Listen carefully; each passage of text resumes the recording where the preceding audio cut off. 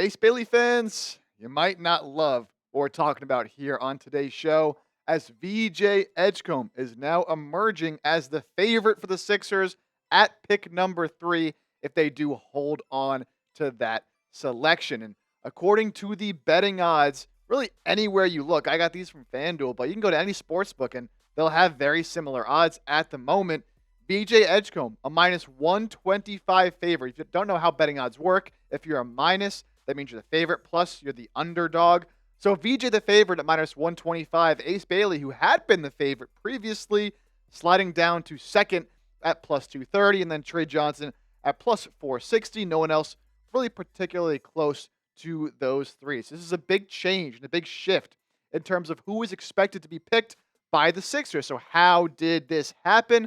We'll get into that here in just a moment. But another reminder about our race to 25,000 subscribers here at Chat Sports between us at 76ers Now and the Heat Report with Nick Roloff. When we started this, really probably 2-3 weeks ago at this point, we were almost 1,000 subs behind. We are now within 500, so we are making some great traction, and it's all thanks to you guys for hitting that subscribe button. So if you're looking for a place to get the best Sixers coverage and content year-round, especially as we approach the NBA draft, lock us in, hit that sub button, and let's catch the Miami Heat report. So what changed?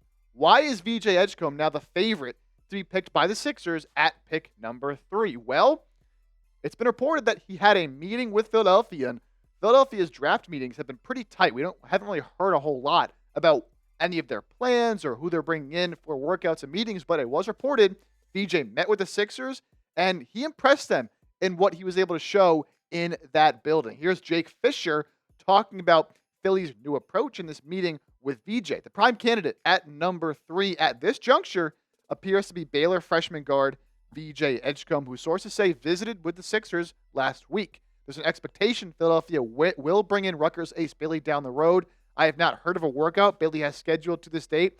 Quick update before I was about to film this show. He will be coming in next week. So Ace Bailey will be coming in for a workout next week. Edgecombe is said to have impressed with his work ethic, personality, and interviews. He went to dinner with Daryl Morey and other Sixers higher-ups. Even Tyrese Maxey flew in for the occasion. So pretty serious stuff there. The Sixers certainly intrigued by what type of defensive complement Edgecombe could provide their all-star guard, sources say. In addition to his explosive upside on the offensive side of the ball, Edgecombe's workout with the Sixers, the only known visit for the Bohemian national team, our sources say. Several teams are of belief he might only work out with Philadelphia, although it's still very early in the draft process. And what is notable there? Really that last part, that last few sentences from Jake Fischer. VJ Edgecombe has only worked out with the 76ers up to this point. Now, we still have 12 days as of this recording until the 2025 NBA draft starts on Wednesday, June 25th. So still some time, of course, for him to get in with other teams. But look, as of this moment, the fact that he's only worked out for the Sixers is very, very telling. And we've heard reports that the Sixers really have a group of 4 guys that they are locked in on, I imagine. That's Dylan Harper, Tre Johnson, Ace Bailey, and VJ Edgecombe. And now VJ, by being able to get in the building earlier than Ace, seems like he has a fast track right now to be that pick at number 3. And according to Keith Pompey, sources believe the Sixers are split on Ace Bailey. So VJ now really becoming that favorite. Ace Bailey, we know he's a pretty polarizing prospect, right?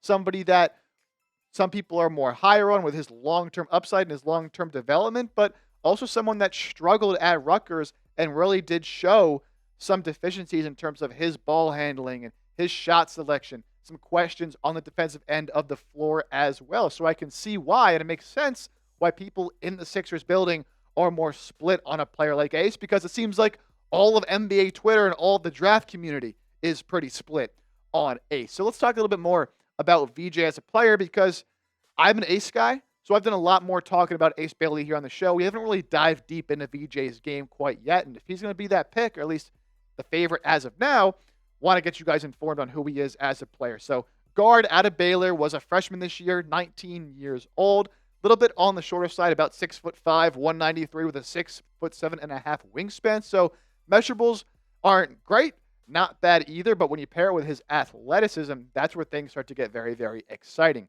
His lone season at Baylor was solid, 15 points, 5.5 rebounds. You see that over 2 steals per game number defensively is really where he has made a name for himself, paired with his athleticism. Not super efficient, but he did really get better as the year went on, which is something you'd like to see out of such a young player. Again, as I mentioned, that explosive athleticism really shows up with his ability to finish at the basket. Although it's not as good as you might hope it to be, given the athleticism, it still is a plus there, especially in transition and defensively. That is the reason you're really drafting VJ, is his defensive ability. And he has shown the ability to develop into an elite shooter on the perimeter. Now, the results haven't always been there. It's been a little bit inconsistent, but from what you've seen from him, it looks like he has the tools to be able to develop there. Still working on his creation off the dribble, somebody that will need to get better as an isolation scorer if he wants to become an all-star level player one day. Some more on his pros and cons as a player that I've seen diving into him a little bit. Again, the elite athleticism, I'm going to keep saying it because it's on the level where early in the process, some people were comparing this man to Vince Carter. He's not going to be Vince Carter. At least I wouldn't project that right now, but that should let you know what kind of athlete he already is. He's also very unselfish and plays in the flow of an offense. Not someone who's going to be a black hole offensively and get the ball and just go to work and take his own shots. He really is going to be able to move off the ball, make good cuts. And some of the Sixers, they could use another guy who really does play within that flow and the defensive playmaking, right?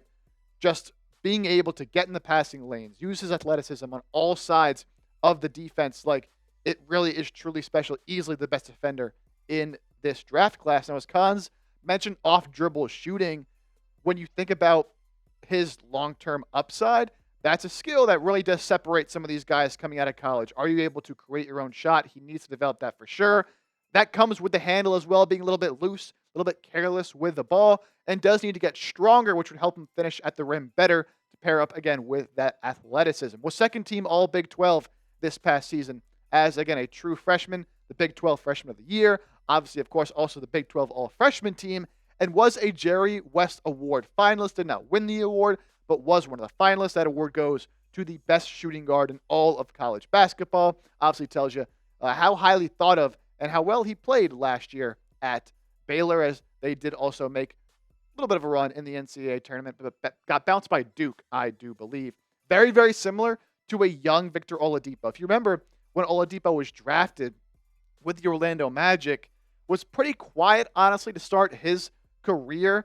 He was, the 5th overall pick back in, I want to say, 2013, and didn't do a whole lot with Orlando. Showed a little bit, but then he went to Indiana, and we saw him really being able to put everything together. He was always a good defender, and he was always athletic when he was with Orlando, but once he got to Indiana, he was given the keys, and he developed that handle. He developed that jump shot to a point where he was an all-star level guard with high-level defense. Of course, the injuries and everything, we didn't really get to see prime Oladipo for too long, but if you're getting a prime Victor Oladipo kind of player in VJ Edgecombe, man, that is a talented player, and you understand why he's one of the more highly touted prospects in this class.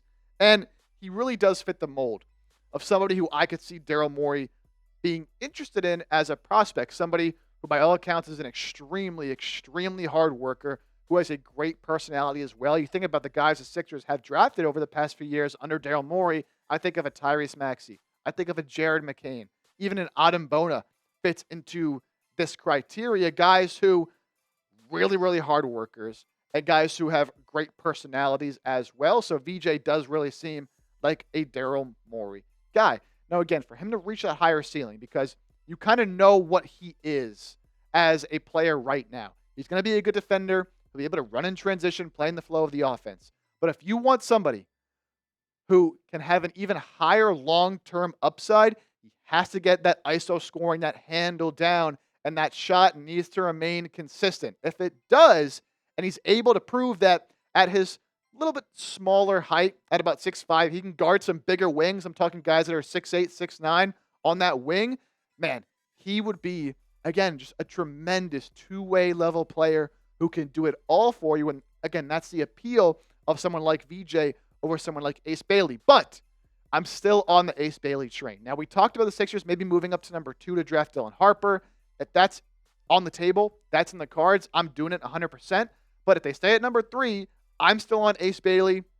I feel like he just has higher potential to become a true franchise level player with his shot making ability. His size fits a little bit better into this Sixers team right now. And I'm more confident in Ace's abilities to play off the ball and play a role rather than always need the ball than others are. Some people are concerned Ace Bailey can't play without the ball. I think he can. So, look, I like VJ Edgecombe a lot, and I think he's going to be a solid player. But I think Ace just has that higher potential with that skill set, with his height.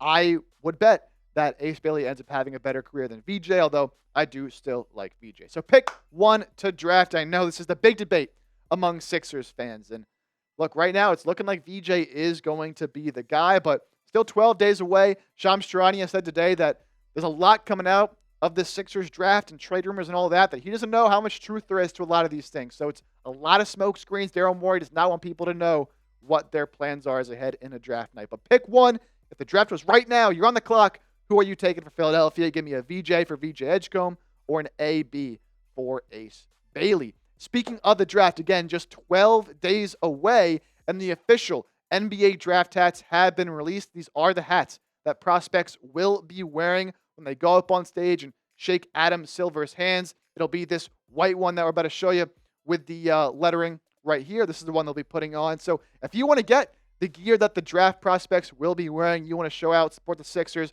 look good as well in multiple different colorways, a couple different styles. There's a bucket hat as well. If you're a bucket hat type of guy, you want to wear that in the summer. You can get it at Fanatics right now. If you go to chatsports.com/76 draft hat, that link will take you to Fanatics, and you can browse and you can purchase that item, or you can purchase other Sixers items as well. So again, that's chatsports.com/76 draft hat. I'll put that in the comments and description of today's video. And that'll do it, man. VJ Edgecombe, now the favorite. I'm sure this is going to go back and forth a lot as we get closer and closer to the draft. But until then, we'll just have to wait and see. Be sure to hit that sub button again. Trying to beat the Heat report to 25,000 subs. The draft only 12 days away. You want to be subscribed so you do not miss a thing the 76ers do.